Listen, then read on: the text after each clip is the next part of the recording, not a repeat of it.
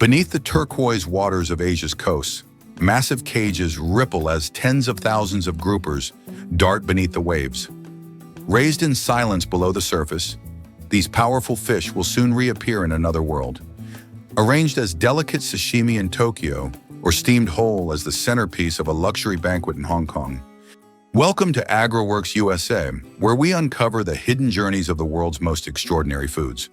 Today we trace the rise of grouper aquaculture, a story of scale, innovation, and appetite.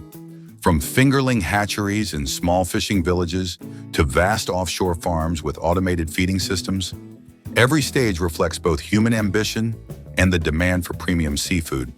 In this video, we'll explore how groupers are bred, harvested, and processed in high-tech facilities before traveling across global supply chains to reach the tables of the wealthy.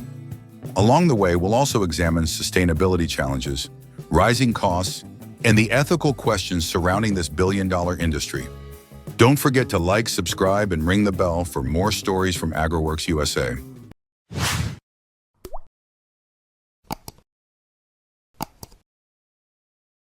Groupers are among the ocean's most remarkable fish. Massive predators with thick bodies, cavernous mouths, and a surprising secret.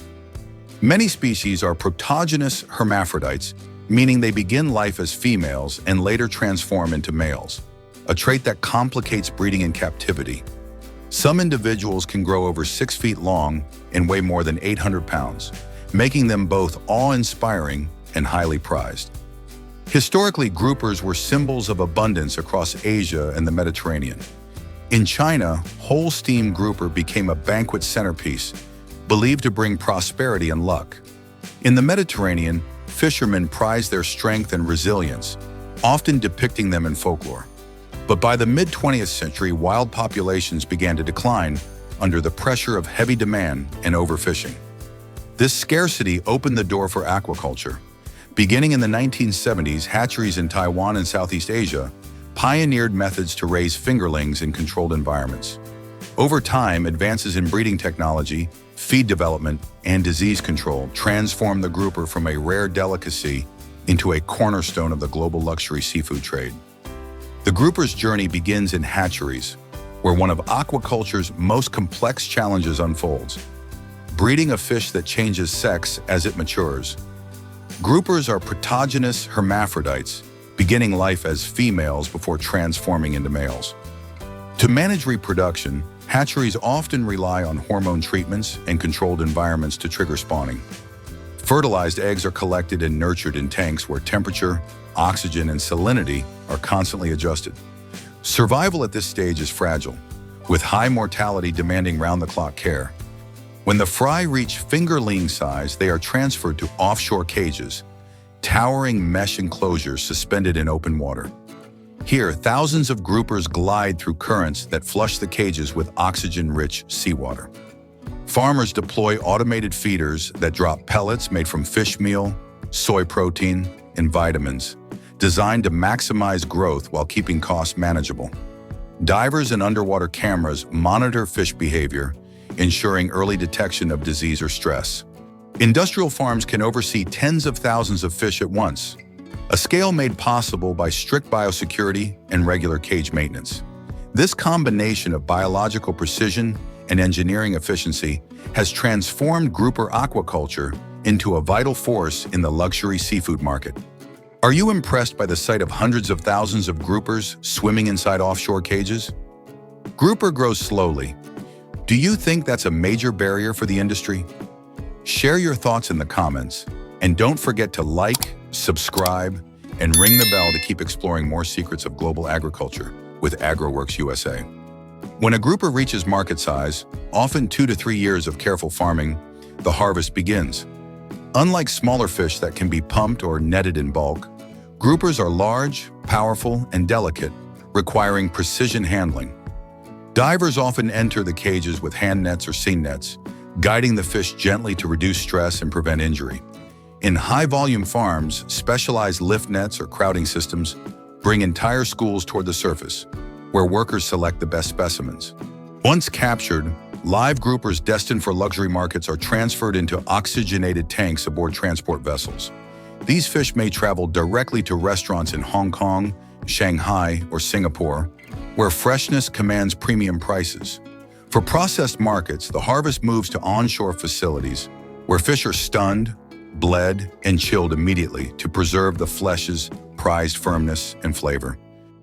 Industrial-scale harvest can involve thousands of fish in a single cycle, coordinated like a military operation with divers, cranes, and refrigerated logistics working in sync. This combination of traditional handwork and modern technology ensures that every grouper, whether sold live or processed, arrives with the quality expected of a billion-dollar industry. Once harvested, the grouper's transformation from ocean to marketplace depends on processing and preservation. For live markets, fish are kept in oxygenated tanks and shipped within hours to luxury restaurants, where freshness is paramount. But for wider global trade, advanced processing plants take over. Here, fish are stunned and bled to maintain flesh quality, then filleted or portioned with precision machinery. Each cut highlights the grouper's delicate texture, prized in sashimi or high-end banquets. Preservation is equally critical. Flash freezing technology drops the temperature to 40 degrees within minutes, locking in cellular integrity and preventing ice crystals from damaging the meat. Vacuum-sealed packaging follows, ensuring both hygiene and long shelf life. Some facilities integrate modified atmosphere packaging, replacing oxygen with inert gases to slow oxidation and bacterial growth. The logistics chain is tightly coordinated. Refrigerated trucks, cold storage warehouses, and cargo flights move grouper from coastal farms to markets in Tokyo, Dubai, or New York.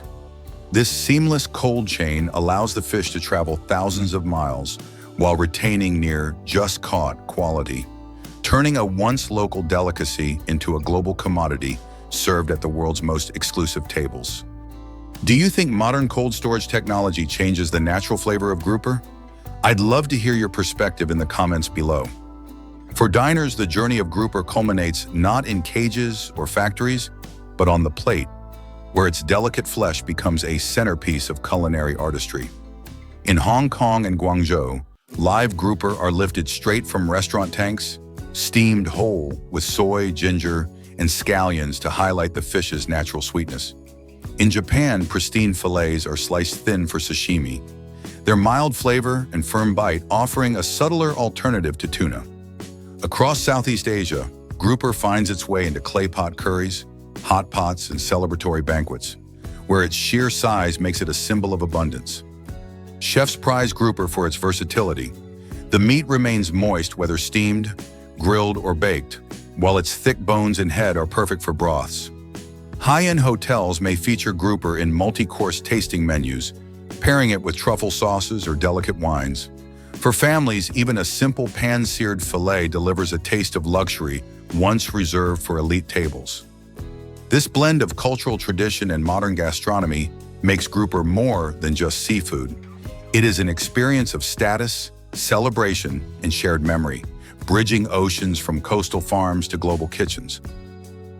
Behind every grouper dish lies a powerful global market that fuels coastal economies. Valued at several billions of dollars annually, the grouper trade connects fish farms in Southeast Asia to dining rooms in Hong Kong, Dubai, and New York. China alone consumes more than half of the world's farmed grouper, where live fish auctions can push prices above $30 per kilogram, a premium far higher than many other aquaculture species.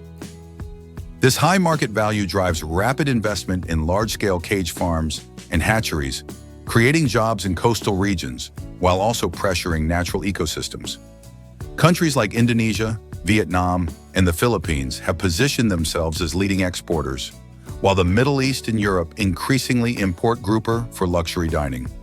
Seasonal demand spikes during Lunar New Year or weddings, where serving a whole grouper symbolizes prosperity. Yet, this prosperity comes with risks. Price volatility, disease outbreaks, and rising feed costs can disrupt farmers' margins. Still, grouper remains a cornerstone of the premium seafood sector, a fish whose economic story is as global as its culinary appeal, sustaining not only appetites but livelihoods across continents. Are you surprised to learn that the grouper market is worth billions of dollars? In your opinion, what makes grouper a true luxury product? Its rarity or its quality? Share your ideas in the comments, and if you care about sustainable farming, make sure to like, subscribe, and turn on notifications to follow AgriWorks USA. From coastal cages to banquet halls, the story of grouper reveals a striking paradox, a fish that embodies both prosperity and pressure. Its journey reflects human ingenuity, turning delicate larvae into one of the world's most prized seafoods, while also exposing the environmental and ethical challenges of feeding luxury demand.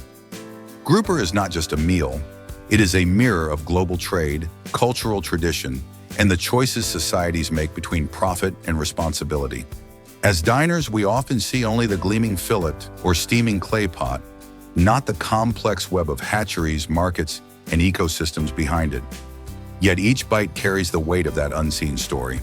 So what do you think? Can grouper farming find a balance between prestige and sustainability? Or is its future destined to remain controversial? Share your thoughts in the comments, and don't forget to like, subscribe, and ring the bell to join us on AgriWorks USA as we uncover more hidden stories of the world's food. From coral reefs to banquet tables, grouper embodies both luxury and complexity.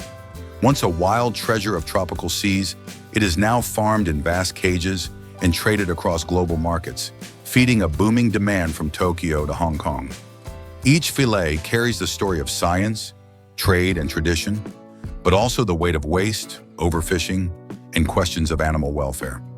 What reaches the plate as sashimi or hot pot is more than seafood. It reflects the choices we make about how food is raised, priced, and valued. Grouper has become a mirror of prosperity and pressure, indulgence and responsibility. So, what do you think? Can this prized fish remain both a delicacy and a sustainable resource? Share your thoughts and subscribe for more stories from AgriWorks USA. Thank you for watching.